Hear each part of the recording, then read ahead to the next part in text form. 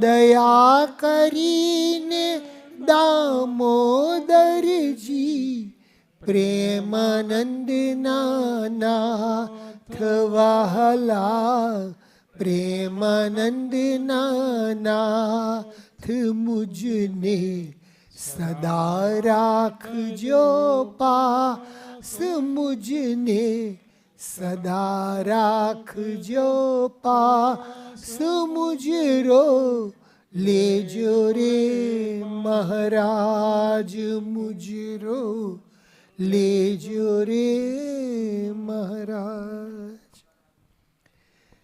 વહાલા ઈષ્ટદેવ ઘનશ્યામ મહારાજની જય. સૌ કુટુંબીજનોને ખૂબ હેતપૂર્વક જય શ્રી સ્વામિનારાયણ.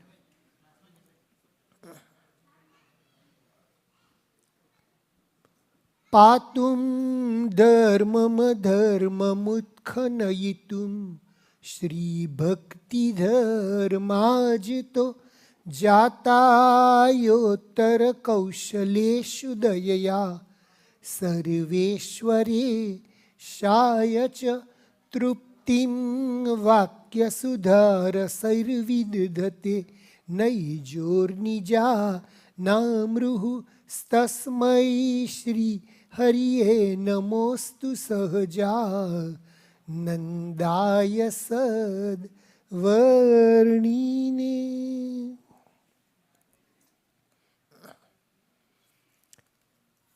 આજે સંવત 2081 આસો વદ 5. નેક્સ્ટ વીકથી બધા દિવાળીના તહેવારો શરૂ થશે અને 10 દિવસ પછી 2081 વિદાય લેશે અને સંવત 2082નું આગમન થશે.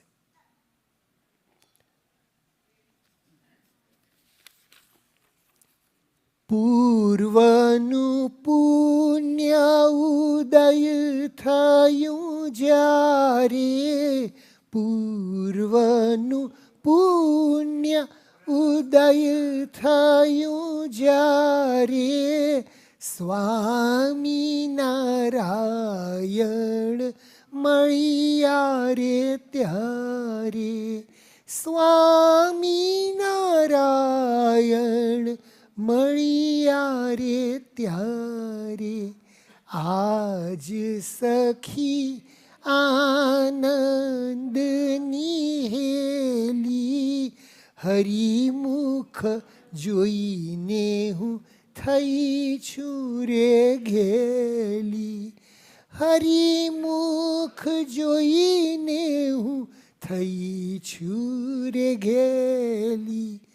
જે રામ કહે સ્વામી સહેજે રે મળ્યા જે રામ કહે સ્વામી સહેજે રે મળ્યા વાતની વાતે વહલો અઢળક ઢળિયા વાતની વાતે વહલો અઢળક ઢળિયા.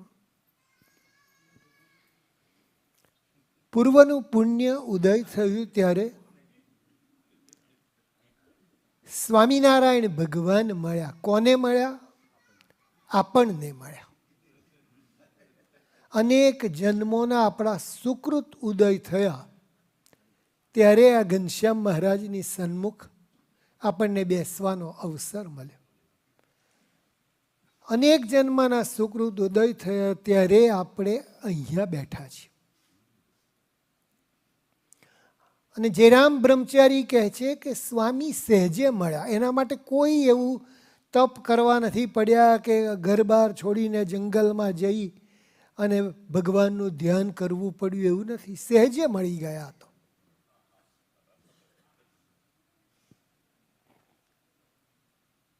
કારણ કે આપણે બહુ ભાગ્યશાળી છીએ. ભગવાનનો આપણા ઉપર અઢળક રાજીપો છે ત્યારે આપણને આ પ્રાપ્તિ થઈ છે.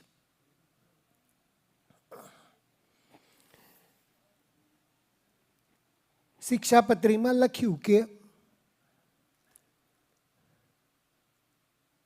મહાત્મા જ્ઞાને યુક્ત ભગવાનને વિશે જે ઘણો સ્નેહ, એનું નામ ભક્તિ જાણવી.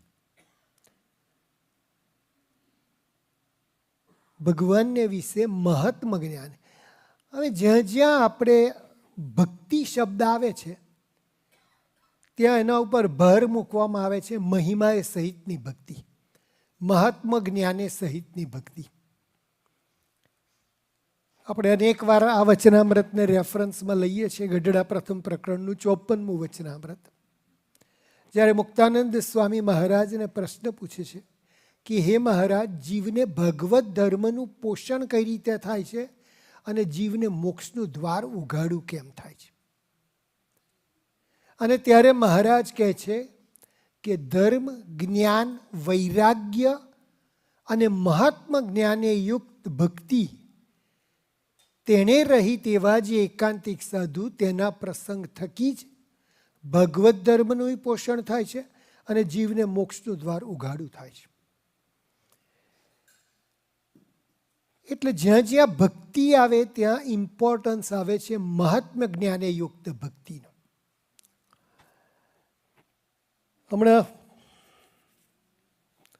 નિયમના વચનામૃતો રોજ વાંચતા હોઈએ આપણે. એમાં અત્યારે હવે થોડા દિવસ રહ્યા એટલે ગઢડા અંત્ય પ્રકરણ ચાલી રહ્યું છે. મહારાજ અહીંયા મુક્તાનંદ સ્વામી મહારાજને સરસ પ્રશ્ન પૂછે છે. સ્વામિનારાયણ હરે સંવત 1887 ભાદરવા સુધી એકાદશીને દિવસ શ્રીજી મહારાજ શ્રી ગઢડા મધ્યે દાદા ખાચરના દરબારમાં ઉગમણે બાર ઓરડાની ઓસરીએ ગાદી તક્યા ઉપર વિરાજમાન હતા અને સર્વશ્વેત વસ્ત્ર ધારણ કર્યા હતા અને કંઠને વિશે મોગરાના પુષ્પના હાર પહેર્યા હતા અને પગને વિશે મોગરાના પુષ્પના તોરા વિરાજમાન હતા અને હાથને વિશે મોગરાના પુષ્પના ગજરા વિરાજમાન હતા અને પોતાના મુખારવિંદની આગળ મુનિમંડળ તથા દેશ દેશના હરિભક્તની સભા ભરાઈને બેઠી હતી. આમ તો મને એક એવી ટેવ પડી ગયેલી છે કે જ્યારે કથા વાર્તા મારે અહીંયા કરવાની હોય ત્યારે આજે કઈ તિથિ છે, જો કે તિથિ તો આપણને કાયમ રોજ યાદ રહે, એ કઈ તિથિ છે ને એ તિથિએ કયું વચનામૃત આવે છે. પણ ઘણી વાર જેમ કે આ મેં બધું ચેક કર્યું પણ 800 મેં કોઈ વચનામૃત વંચાયું નથી. પણ હવે મને એમ થયું કે આ તો મહારાજ અમુક ટાઈમ આપણા ઉપર દયા કરતા હોય, કોઈ બીજું ઇમ્પોર્ટન્ટ વચનામૃત એમને આપણને કહેવું હોય એટલે એ વચનામૃત ના આવે. અહીંયા બહુ સરસ વાત છે. આ અંત્ય પ્રકરણનું 5મું વચનામૃત છે. તે સમયમાં શ્રીજી મહારાજે કહ્યું કે કંઈક પ્રશ્ન પૂછો. પછી મુક્તાનંદ સ્વામીએ પૂછ્યું છે, હે મહારાજ, ભગવાનની જે ભક્તિ છે તેમાં કોઈ રીતનું વિઘ્ન ન થાય એવી કઈ ભક્તિ છે? અને જે ભક્તિમાં કંઈક વિઘ્ન થાય છે તે કઈ જાતની ભક્તિ છે? એટલે અહીંયા ભક્તિના 2 પ્રકાર સ્વામીએ પાડી દીધા. કોઈક ભક્તિમાં વિઘ્ન થાય, કોઈમાં ભક્તિમાં વિઘ્ન ન થાય. અને ત્યારે મહારાજ તૃતીય સ્કંધના જે શ્લોક છે એની વાત કરે છે. અને આગળ મહારાજ કહે છે કે કપિલજીએ માતા દેવહૂતિ પ્રત્યે પોતાનું મહાત્મ્ય કહ્યું, જે મદભયાદ્વાતિ વાતોયમ સૂર્યસ્તપતિ મદભયાત વર્ષાતીન્દ્રો દહાત્યગ્નિ મૃત્યુ સ્વરતિ મદભયાત. એવી રીતે મહાત્મ્ય સહિત ભગવાનની ભક્તિ હોય તેમાં તો કોઈ જાતનું વિઘ્ન આવે નહીં. અને મહાત્મ્ય જાણ્યા વિના પ્રાકૃત બુદ્ધિથી કરીને જો ભક્તિ કરે તો તેમાં વિઘ્ન આવે છે. આ એક જ વાક્યમાં મહારાજે એ કહી દીધું કે દરેક જગ્યાએ અમે ભક્તિ આગળ મહિમાએ સહિતની ભક્તિ, મહાત્મ જ્ઞાને યુક્ત ભક્તિ એમ કેમ વાપરીએ છીએ. પ્રથમના 54માં મહારાજે ધર્મ જ્ઞાન વૈરાગ્ય અને ભક્તિએ યુક્તની વાત ના કરી. ધર્મ જ્ઞાન વૈરાગ્ય અને મહાત્મ જ્ઞાને યુક્ત જે ભક્તિ એની વાત કરે છે.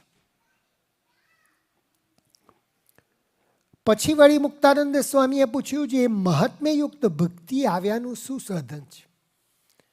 મહારાજે કહી દીધું કે મહાત્મા જ્ઞાની યુક્ત ભક્તિ એ શ્રેષ્ઠ છે, મહિમા વગરની ભક્તિ એમાં વિઘ્ન આવે જ. સત્સંગની મા એવા મુક્તાનંદ સ્વામીનો આ પ્રશ્ન તરત આવે જ કે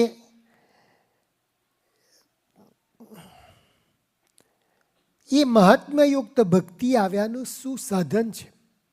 પછી શ્રીજી મહારાજ બોલ્યા, જે શુક સનકાદિક એવા જે મોટા પુરુષ તેની જે સેવા અને પ્રસંગ તેમાંથી મહાત્મ્ય સહ વર્તમાન એવી જે ભક્તિ તે જીવના હૃદયમાં ઉદય થાય છે.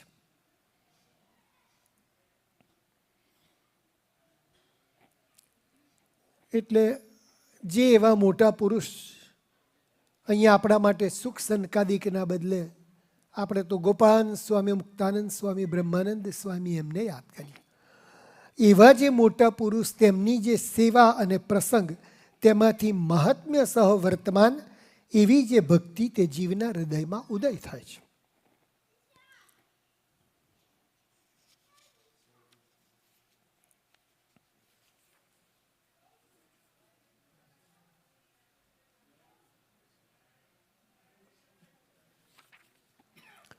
પછી શુકમુનિએ પૂછ્યું, જે એક તો ભગવાનનો ભક્ત એવો હોય જે તેને ભગવાનનો નિશ્ચય પણ પરિપક્વ હોય અને કામ, ક્રોધ, લોભ, મોહાદિક જે વિકાર તે એકે તેના હૃદયમાં આવે નહીં. અને બીજો ભક્ત હોય તેને તો ભગવાનનો નિશ્ચય પરિપક્વ હોય પણ કામ, ક્રોધ, લોભ, મોહાદિક વિકાર કરીને અંતરમાં વિક્ષેપ થતો હોય. એ બે પ્રકારના ભક્ત જ્યારે દેહને મૂકે ત્યારે એ બે ભક્તને ભગવાનના ધામમાં સરખા સુખની પ્રાપ્તિ થાય છે કે અધિક ન્યૂન સુખની પ્રાપ્તિ થાય છે? સુખમુનિ આ પ્રશ્ન બહુ સરસ પૂછ્યો. આમ તો તમે સામાન્ય રીતે લોજિકલી વિચારો તો 1 સેકન્ડમાં જવાબ આપી દેવાય કે ના, જેને આવા કોઈ વિકાર છે નહીં, એના હૃદયમાં આવતા નથી, એને અધિક સુખની પ્રાપ્તિ થાય. પણ મહારાજ આનો જવાબ બહુ સરસ આપે છે. એટલે ફરી એકવાર કે ભગવાનનો ભક્ત હોય ને નિશ્ચય પરિપક્વ હોય અને એનામાં કામ, ક્રોધ, લોભ કોઈ એવા જે વિકાર તે એકે એના હૃદયમાં ના આવતા હોય એવો એક ભક્ત છે. બીજો ભક્ત છે એને ભગવાનનો નિશ્ચય પરિપક્વ છે પણ કામ, ક્રોધ, લોભ આદિક વિકારથી એના અંતરમાં વિક્ષેપ થતો હોય છે. તો હવે એ જ્યારે દેહને મૂકે ત્યારે બે ભક્તને ભગવાનના ધામમાં સરખા સુખની પ્રાપ્તિ થાય છે કે અધિક ન્યૂન સુખની પ્રાપ્તિ થાય છે? આનો અર્થ એક એ થયો કે અક્ષરધામમાં તમામને સરખા સુખની પ્રાપ્તિ નથી થતી. જે અક્ષરધામમાં જાય છે એ બધાને સરખા સુખની પ્રાપ્તિ નથી થતી. હવે મહારાજ આગળ શું કહે છે આપણે જોઈએ. શ્રીજી મહારાજ બોલ્યા, જે ભગવાનના ભક્તને ભગવાનનો નિશ્ચય પણ પરિપૂર્ણ હોય અને કામ, ક્રોધાદિક, લોભાદિક કરીને વિક્ષેપને ન પામતો હોય અને અતિશય ત્યાગી અને અતિ વૈરાગ્યવાન ને અતિ આત્મનિષ્ઠાવાળો હોય અને જો તે પ્રત્યક્ષ ભગવાનની મૂર્તિ વિના કંઈક બીજું ઈચ્છે તો તેને ન્યૂન સુખની પ્રાપ્તિ થાય છે. અને બીજો જે ભક્ત છે તેને પણ ભગવાનનો નિશ્ચય તો પરિપૂર્ણ છે તો પણ હૃદયમાં કામ, ક્રોધ, લોભ, મોહાદિકનો વિક્ષેપ આવે ત્યારે પોતાના હૃદયમાં દહજ થાય અને ભગવાન જે પ્રત્યક્ષ નારાયણ તેની મૂર્તિ વિના બીજા કોઈ પદાર્થને ઈચ્છે જ નહીં. તેને આત્મનિષ્ઠાને વૈરાગ્ય થોડા હોય તો પણ એ દેહ મૂકીને ભગવાનના ધામમાં બહુ મોટા સુખને પામે છે. શા માટે? એ પ્રથમ કયો જે ભક્ત તે ઉપરથી તો ત્યાગીને નિષ્કામી જણાય છે પણ ભગવાનની મૂર્તિ વિના બીજી આત્મદર્શનાદિક પ્રાપ્તિની હૃદયમાં ઈચ્છા છે માટે એ સકામ ભક્ત કહેવાય. આને આ દેહે જો આપણને એમ થતું કે મહારાજ મારે અક્ષરધામના દર્શન કરવા છે, હે મહારાજ તમે જે કંઈ આ લીલાઓ કરી મારે એ જોવી છે, મારે એ જોવું છે કે ડિફરન્સ શું છે અક્ષરધામ ને બીજા ધામોમાં, તો મને એ જોવાની બહુ ઈચ્છા છે. આ બદ્રિકાશ્રમમાં બધા ખૂબ તપ કરે છે, કેવી રીતે તપ કરતા હશે ને એક બોર ખાઈને આખું વરસ રહેતા હશે? મહારાજ એ જોવાની મને ઈચ્છા છે. મહારાજ એમના માટે આ કહે છે કે એ સકામ ભક્ત કહેવાય. અને ભગવાનની મૂર્તિ વિના બીજા સુખની ઈચ્છાનો જો ઘટ થઈ જાય ત્યારે અતિશય મનમાં દાઝે છે, માટે એ નિષ્કામ ભક્ત કહેવાય. તે જ્યારે દેહને મૂકે ત્યારે બહુ મોટા સુખને પામે છે અને ભગવાનનો પાર્ષદ થાય છે અને ભગવાનની મૂર્તિને વિશે અતિશય પ્રીતિયુક્ત થાય છે, કહેતા એ અધિક સુખની પ્રાપ્તિ ધામમાં મેળવે છે.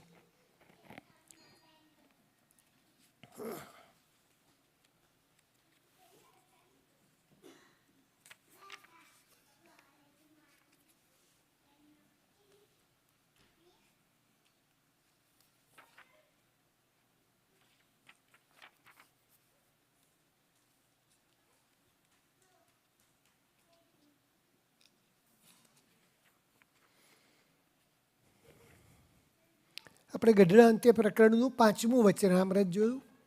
7મા વચનામૃતમાં બહુ સરસ વાત આવે છે. સ્વામિનારાયણ હરે સંવત 1883 ભાદરવા વદી છઠને દિવસ સ્વામી શ્રી સહજાનંદજી મહારાજ શ્રી ગઢડા મધ્યે દાદા ખાચરના દરબારમાં પોતાના ઉતારને વિશે ગાદી તકિયા ઉપર વિરાજમાન હતા અને સર્વશ્વેત વસ્ત્ર ધારણ કર્યા હતા અને કંઠને વિશે મોગરાના પુષ્પના હાર પહેર્યા હતા, પગને વિશે મોગરાના પુષ્પના તોરા વિરાજમાન હતા અને પોતાના મુખારવિંદની આગળ મુનિ તથા દેશ દેશના હરિભક્તની સભા ભરાઈને બેઠી હતી. પછી શ્રીજી મહારાજ સર્વ હરિભક્ત પ્રત્યે બોલ્યા, જે અમારા અંતરનો જે સિદ્ધાંત છે તે કહીએ છીએ. મહારાજ પોતાના અંતરનો સિદ્ધાંત કોને કહે? આપણને કહે. જેને પોતાનું કલ્યાણ ઈચ્છવું તેને તો ભગવાન અને ભગવાનના સાધુ એથી ઉપરાંત બીજું કાંઈ જગતમાં સુખદાયી નથી. માટે જેમ પોતાના શરીરને વિશે જીવને આત્મબુદ્ધિ વર્તે છે તેવી ભગવાનને ભગવાનના સંતને વિશે આત્મબુદ્ધિ રાખવી જોઈએ અને ભગવાનના ભક્તનો પક્ષ દ્રઢ કરીને રાખવો જોઈએ. અને તે પક્ષ રાખતા થકા આબરૂ વધે અથવા ઘટે, માન થાય કે અપમાન થાય, દેહ જીવે કે મરે, પણ કોઈ રીતે ભગવાનને ભગવાનના ભક્તનો પક્ષ મૂકવો નહીં. મહારાજ પોતાના મહામુક્તોને પોતાનાથી દૂર એક મિનિટે મૂકતા નથી. જ્યાં જ્યાં પોતાની વાત આવે ત્યાં સાથે તરત જ પોતાના આવા મહામુક્તોને કહેતા ભગવાન પોતાના ભક્તોને સાથે જ રાખે છે.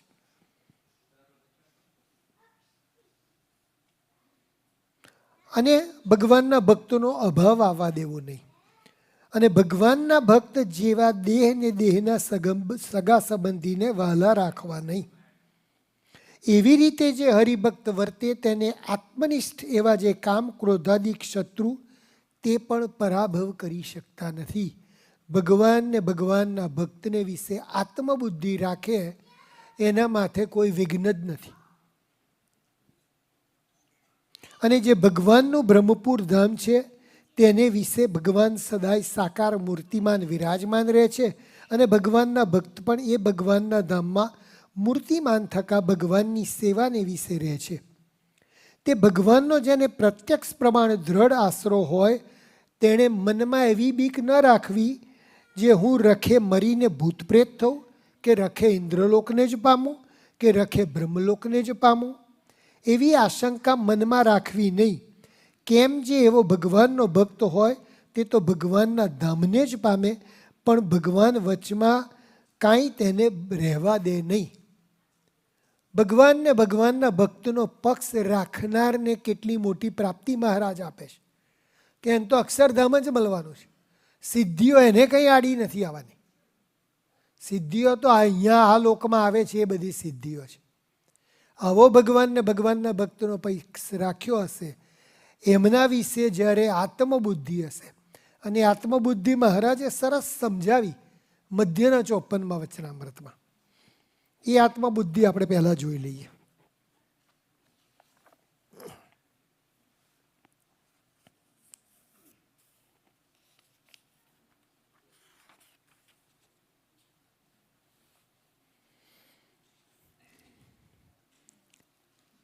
સ્વામિનારાયણ હરે સંવત 1880ના જેઠ સુધી સાતમના દિવસ ત્રીજા પહોરને સમયે મહારાજ ગઢડા મધ્યે દાદા ખાચરના દરબારમાંથી ઘોડીએ સવાર થઈને લક્ષ્મીવાડીએ પધાર્યા હતા અને ત્યાં કથા વાર્તા થાય છે.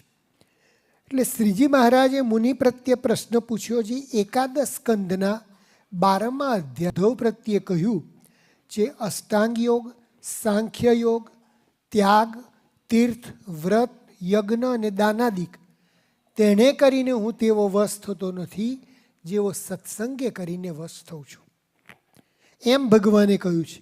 માટે સર્વ સાધન કરતાં સત્સંગ અધિક થયો. તે જેને સર્વ સાધન થકી સત્સંગ અધિક જણાતો હોય તે પુરુષના કેવા લક્ષણ હોય. કોઈથી યથાર્થ ઉત્તર થયો નહીં એટલે મહારાજ કહે છે, શ્રીજી મહારાજ બોલ્યા જે જેને ભગવાનના સંતને વિશે જ આત્મબુદ્ધિ છે. જેમ કોઈક રાજા હોય ને તે વાંજીયો હોય, તે પછી ગઢપણમાં દીકરો આવે પછી તે છોકરો તેને ગાળો દે, મૂછો તાણે તો પણ અભાવ આવે નહીં. કોઈકના છોકરાને મારે, ગામમાં અનીતિ કરી આવે તો પણ કોઈ રીતે તેનો અવગુણ આવે જ નહીં. શા માટે? જે રાજાને પોતાના દીકરાને વિશે આત્મબુદ્ધિ થઈ છે. એવી જેને ભગવાનના ભક્તને વિશે આત્મબુદ્ધિ થાય છે તેણે જ સર્વ સાધન થકી અધિક કલ્યાણકારી સત્સંગને જાણ્યો છે. એ વાત ભાગવતમાં કહી છે. અને ત્યાં આગળ શ્લોક છે યશ્યાત્મ બુદ્ધિ કુણપે ત્રિધાતુ કે. એટલે અહીંયા અંત્યના 7મા વચનામૃતમાં મહારાજ આત્મબુદ્ધિની વાત કરી રહ્યા છે.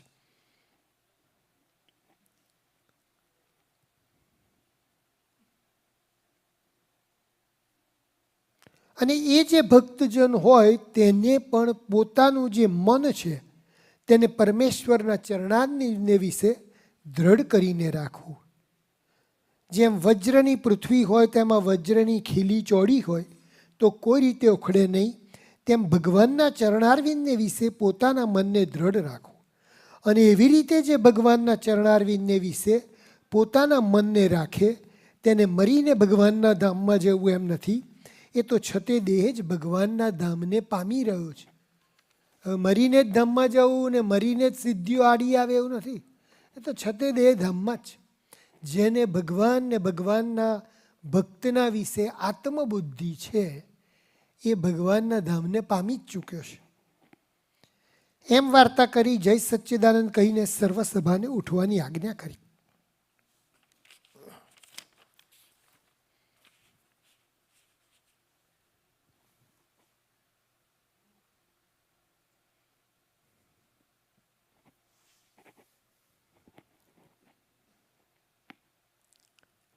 આમ તો વચનામૃતની અંદર જેને વચનામૃતને મહારાજે ઉપાસનાનું શાસ્ત્ર ગણાયું. કારણ કે બધા વચનામૃત નહીં પણ અનેક વચનામૃતો એમાં છે જ્યાં મહારાજના સર્વોપરીપણાની વાતો છે અને ભગવાનની ને ભગવાનના આવા મહામુક્તોના મહિમાની વાતો છે. એનો અર્થ એવો નથી કે રોજ ભગવાન સવારથી રાત સુધી કથા વાર્તા જ કરતા હતા. ભગવાન જ્યારે બધાની સાથે બેસતા ત્યારે હસી મજાક એ ઘણી થતી. એમના મિત્રો હતા બધા. સુરા ખાચર એમના ખાસ મિત્ર હતા. બ્રહ્માનંદ સ્વામી જ્યારે મહારાજ ઉદાસ થાય ત્યારે આ બધા કંઈક એવી વાતો કરી અને મહારાજને મૂડમાં લાવી દેતા. આ એક સરસ પ્રસંગ છે કે એક વખત મહારાજ સુરત પધાર્યા છે. આ એ પ્રસંગ છે જ્યારે મહારાજ અરદેસરજીને પગ આપે છે.